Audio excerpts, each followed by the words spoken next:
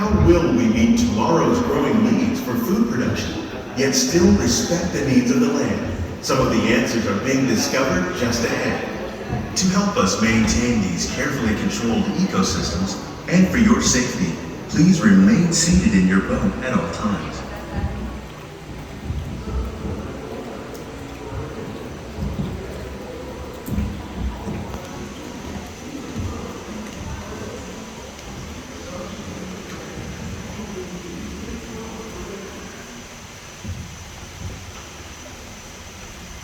Welcome to our living laboratory, where scientists from EPCOT and the U.S. Department of Agriculture are exploring innovative ways to produce bountiful harvests now and into the future.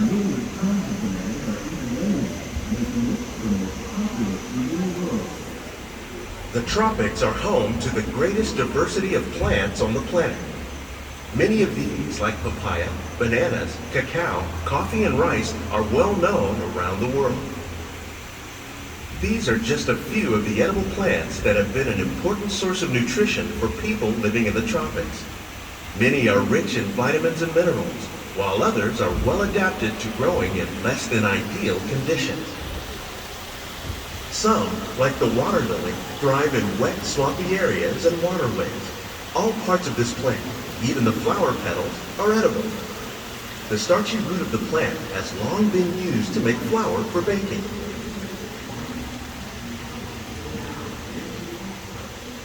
One day, many of these lesser-known tropical plants may be as important as the bananas growing on both sides of the boat. More than 28 million tons of bananas are eaten annually, making it the most popular fruit in the world.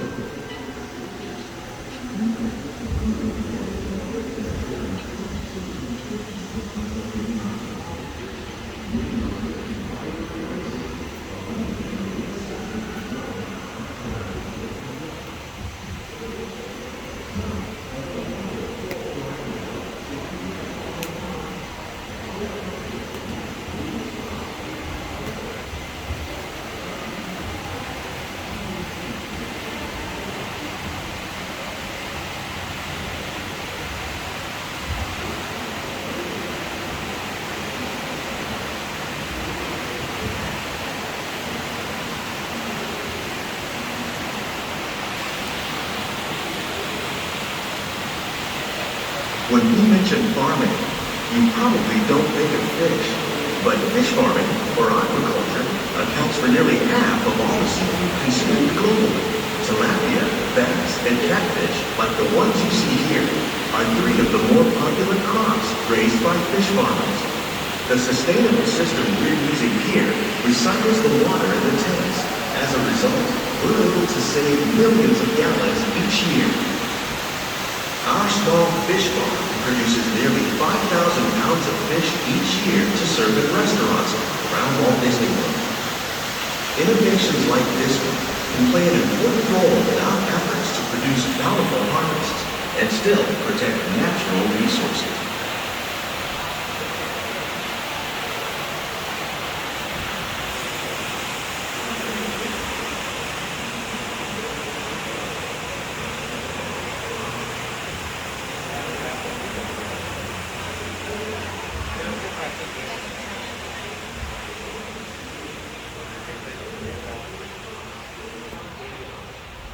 While there are more than 50,000 edible plant species in the world, most of us are only familiar with the handful that make up our everyday diet. The common grains growing here, wheat, maize, sorghum, and millet, plus rice, account for nearly 2/3 of our global food consumption. Learning how to increase yields of these staples is an important goal of research around the world.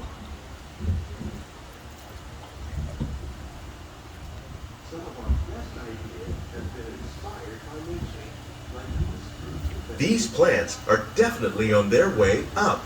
Innovative growing techniques like these increase yields while more efficiently using resources like water, fertilizer, and pesticides. Another innovation at work here is our integrated pest management program. By populating our greenhouses with beneficial insects that prey on harmful pests like aphids and flies, we are significantly reducing our reliance on conventional pesticides. We're growing these crops using our nutrient film system. This technique precisely controls and recycles water and nutrients.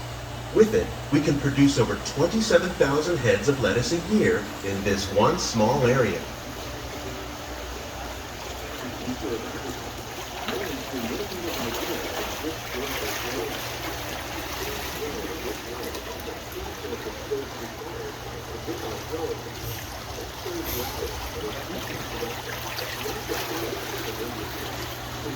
Some of our best ideas have been inspired by nature, like these fruit and vegetable trees. By growing these ground plants vertically, we can increase yields and better control diseases. These crops taste as good as they look. In fact, we serve more than 15 tons of produce from our greenhouses in restaurants here at the land every year.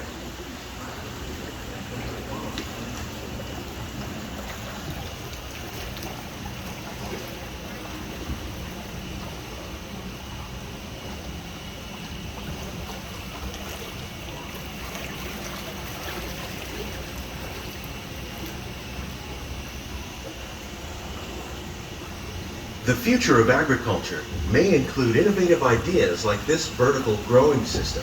Plants grown in this way use a fraction of the space required by traditional growing methods. That saves water and increases production. The aquaponics system on your left combines hydroponics with aquaculture. The fish provide a natural source of fertilizer for the plants, and the plants help keep the water clean for the fish. It's another great way to produce more while using less. In our lab, EPCOT scientists are working with the U.S. Department of Agriculture on a number of innovative projects. The goal of these efforts is to produce higher yielding and better